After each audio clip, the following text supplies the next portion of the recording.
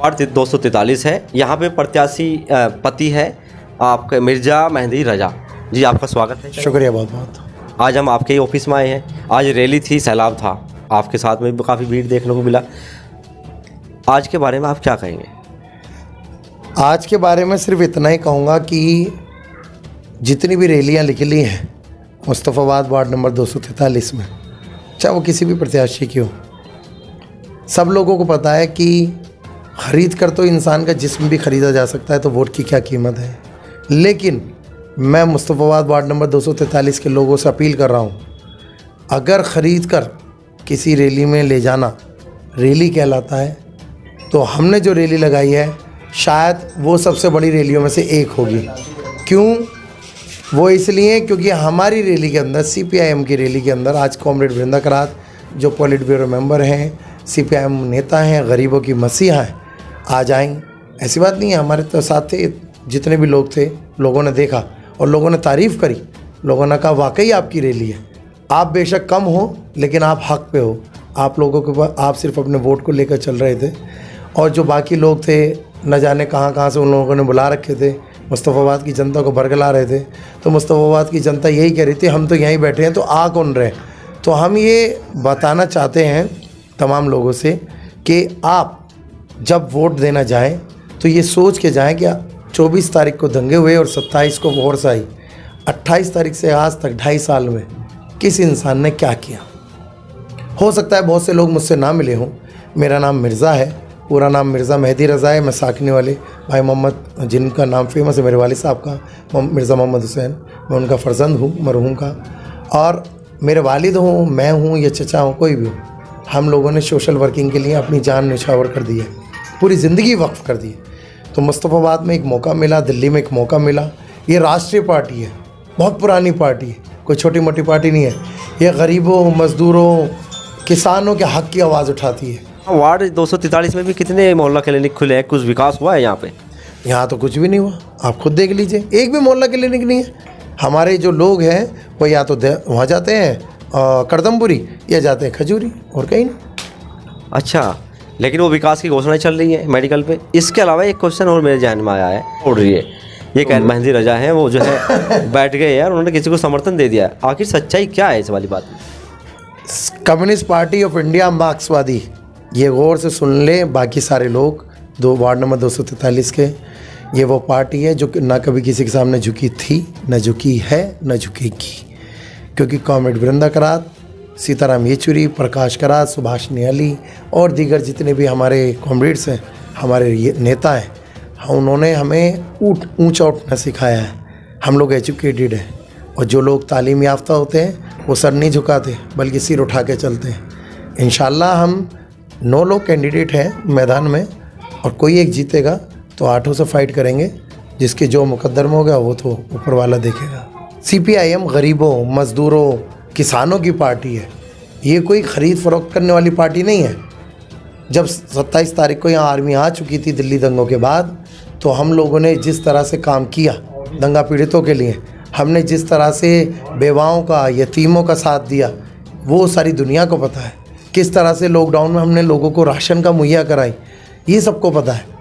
लेकिन मौजूदा समय में ये वाकई एहसास कर देने वाला है, जबकि मुझे ये लग नहीं रहा था, लेकिन शायद मुझे एहसास हुआ कि मुस्तफ़ाबाद के अंदर लोग मतलब इस तरह से बेरोज़गारी फैली हुई है कि रैली में जाने के लिए वो पैसे पर जाने के लिए मजबूर है। ये मुस्तफ़ाबाद में पहली बार ऐसा हुआ है कि मुस्तफ़ाबाद की जनता जो आई है वो पैसे की लेन देन पर आ रही है। अगर मुस्तफ़ाबाद के अंदर बेरोज़गारी है तभी तो लोग पैसों में रैली पे जा रहे हैं, वरना मुस्तफ़ाबाद में कभी नहीं सुना आज तक कि कोई भी शख्स रैली में जाने के लिए पैसा मांगता हो। इस मुस्तफ़ाबाद इलाके में लगभग 9 कैंडिडेट हैं मैदान में जो फाइट कर रहे हैं वार्ड के इसमें जीतने के लिए। लेकिन इसी वार्ड में पिछड़ा हुआ एरिया है मुस्तफ़ाबाद, इसमें न तो कोई सामुदायिक भवन है, कोई पार्क भी देखने को नहीं मिलता, इसके अलावा कोई स्कूल भी ऐसा नहीं दिखता। अगर और आपकी जो पार्टी है राष्ट्रीय स्तर की है CPIM, सब लोग जानते ही हैं कि मज़दूरों की पार्टी है, मज़दूर जो है मज़दूर के साथ मिलकर चलता है, वो साफ़ सफाई पे और भी ध्यान देगा।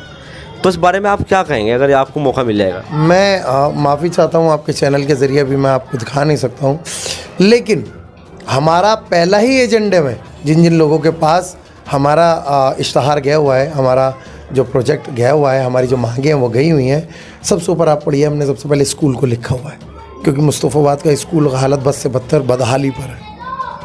और इस्लाम ही नहीं, किसी भी धर्म में शिक्षा, एजुकेशन, तालीम अगर किसी के पास नहीं है वो तो जानवर के बराबर है।